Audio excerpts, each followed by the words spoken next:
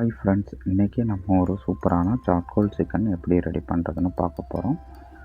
ஒரு முழு சிக்கனை எடுத்துக்கிட்டு சென்டரில் ஓப்பன் பண்ணி இந்த போர்ஷனுக்கு கொண்டு வந்துடுறோம். இப்போ இந்த லெக்கை நல்லா கீரல் போட்டுக்கிறோம். அந்த சைடு மாதிரி லெக்கை கீரல் போட்டாச்சு.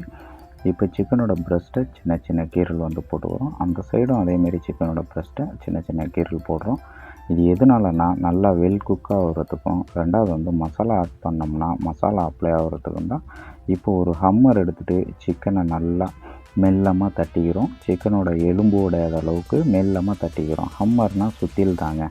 நம்ம வீட்டில் அந்த ஹம்மர் இல்லைன்னா கூட இஞ்சி பூண்டு இடிக்கிற அந்த கைப்பிடி இருக்கும், அதை வச்சு நல்லா மெல்லமாக மசாஜ் பண்ணுற மாதிரி இடிச்சிங்க. ஓகேங்களா? வேகத்தில் இடிச்சிடாதீங்க, ஏன்னா அது சிக்கன் பிச்சுக்கிட்டு போயிடும். ரெண்டாவது இப்போ இந்த விங்ஸு நமக்கு தேவையில்லைங்க. உங்களுக்கு தேவைன்னா நீங்கள் கிரில் பண்ணுறப்போ யூஸ் பண்ணிங்க. எனக்கு தேவையில்லை, அதனால் நான் கட் பண்ணிட்டேன். இப்போ சிக்கன் மசாலாவுக்கு ரெடி ஆகிடுச்சு.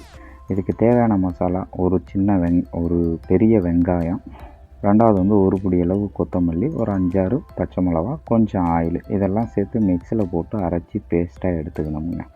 இப்போ பேஸ்ட்டாக எடுத்துக்கிட்டாச்சு. இது கூட ஒரு லெமன் ஜூஸ் நான் ஆட் பண்ணிக்கிறேன். அந்த இடத்துல உங்கள்கிட்ட லெமன் இல்லைன்னா நீங்கள் தயிர் ஆட் பண்ணிங்க. அப்புறம் கொஞ்சோண்டு ஆயில் ஆட் பண்ணிக்கிறேன். அந்த இடத்துல ஆயில் இல்லைன்னா கூட பரவாயில்ல. அப்படி இல்லை எங்கிட்ட பட்ரு தான் இருக்குன்னா பட்ரு கூட ஆட் பண்ணிங்க. கலரு சிக்கனோட கலரு நல்லா ஷைனிங் கொடுக்கும். அதுக்காக தான் ஆயிலும் இல்லை பட்டரும் ஆட் பண்ணுறது.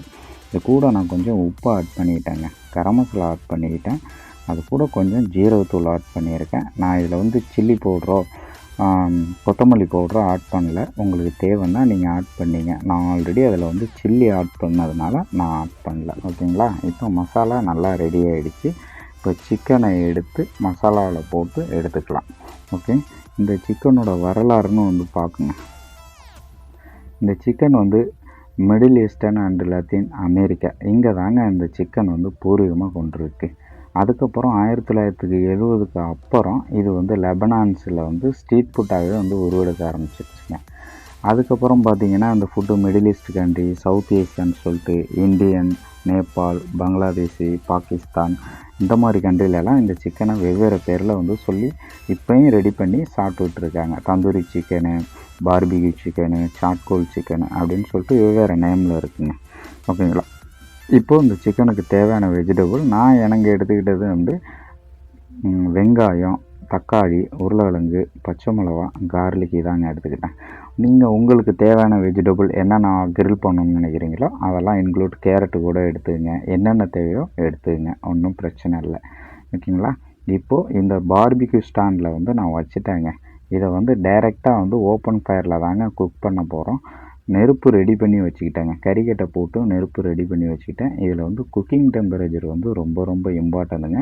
குக்கிங் டெம்பரேச்சர் 74 டிகிரி டெம்பரேச்சர் இருக்கணுங்க. ஒரு குறைந்தபட்சம் 1 மணி நேரத்துலேருந்து அதிகபட்சம் 1 மணி நேரம் 15 நிமிஷம் இருக்கணுங்க. அதுக்கப்புறம் இந்த சிக்கனில் 1 கிலோவில் 85 கிராம் புரோட்டீன், 85லிருந்து 112 வரை புரோட்டீன் இருக்குங்க. அது கலோரிஸ்ன்னு பார்க்குறப்போ 390லேருந்து 700 வரையும் கலோரிஸ் இருக்குங்க. இப்போ நம்ம ரெடி பண்ண சிக்கன் ரெடி ஆகிடுச்சுங்க சூப்பராக. அது கூட அந்த கிரில் பண்ண வெஜிடபிளையும் சேர்த்து வச்சிட்டோமுங்க. இப்போ சூப்பரான ஒரு சார்கோல் சிக்கன் ரெடி ஆகிடுச்சுங்க. வீடியோ பிடிச்சிருந்தா லைக் பண்ணுங்கள், சப்ஸ்கிரைப் பண்ணுங்கள். வீடியோ எப்படி இருக்குன்ட்டு கமெண்ட் பண்ணுங்கள். Thank you everybody.